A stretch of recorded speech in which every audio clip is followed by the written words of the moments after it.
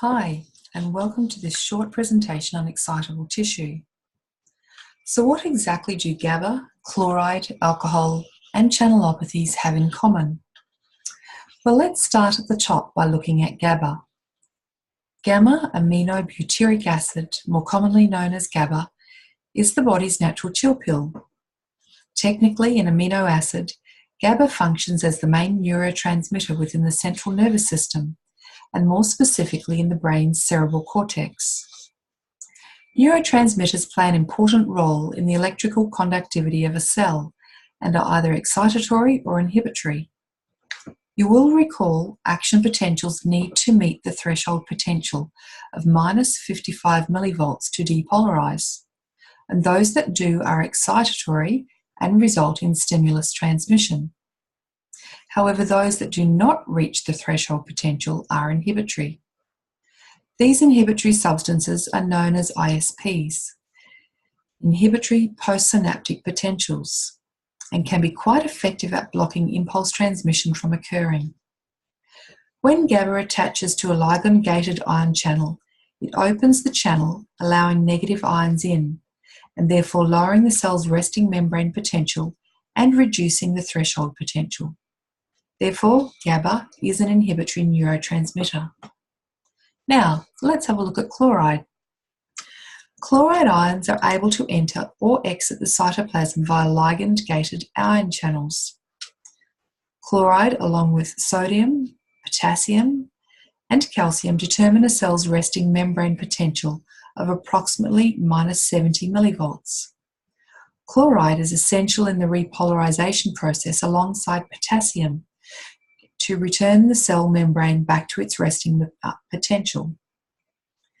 Any change in the ion permeability that allows ions to enter or exit the cytoplasm will affect the resting membrane potential. This includes chloride, a negative ion that hyperpolarizes the resting membrane potential when in quantities greater than those needed to maintain homeostasis. This additional chloride will sum to the already negative charge, effectively moving the threshold goalpost even further away. This inhibitory effect reduces the excitability of the cell and results in hyperpolarization. So how does GABA affect chloride? Now let's bring GABA back into the picture. We have already identified that the presence of GABA is inhibitory on the cell membrane. This is because GABA acts in two ways.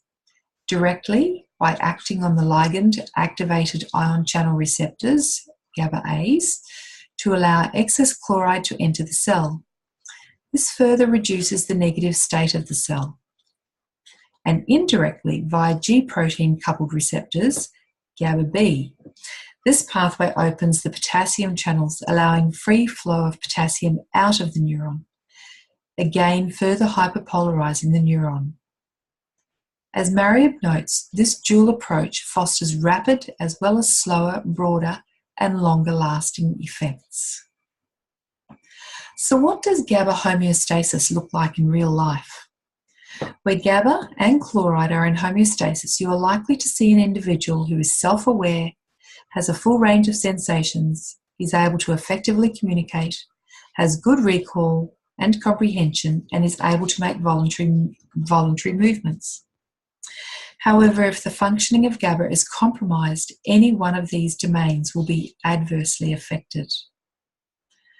So let's take a look at the threats to the functionality of GABA. GABA function can be disrupted by various direct influences, including antagonists, which block or inhibit function, potentiators, and disease. We will spend a moment to discuss potentiators and disease. Potentiation is defined as the interaction between two or more drugs or agents, resulting in a pharmacologic response that's greater than the sum of individual responses to each drug or agent. Simply put, in mathematical terms, this would be reflected as 1 + 1 is greater than 2. But as is often the case, more is not better. In the case of GABA, potentiators include alcohol, benzodiazepine, and barbiturates, all of which are chemical depressants in their own right. Therefore, combining inhibitory drugs in the presence of inhibitory GABA collectively potentiates their inhibitory action. Finally, let's look at how disease processes influence the conduction of chloride. Channelopathies are diseases that affect the functioning of ion channels. They can be genetic or acquired. Myotonia congenita is one of these and is caused by impaired conduction of chloride. In brief, due to the impaired shape of the chloride ion channel, the channels cannot regulate chloride appropriately.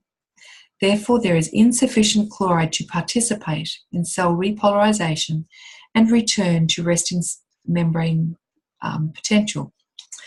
This causes muscles to continue to act as if they are receiving a prolonged stimulation, which in effect they are. Sufferers of this disorder develop muscle stiffness, particularly in their legs and hand grip, and present with overdeveloped muscles. In conclusion, equilibrium is vitally important in maintaining appropriate body function. We have seen how a simple ion such as chloride, which is controlled by the neurotransmitter GABA, can be disrupted by alcohol, barbiturates, or disease processes affecting homeostasis, resulting in normal expressions of body function. Thank you for listening to this presentation.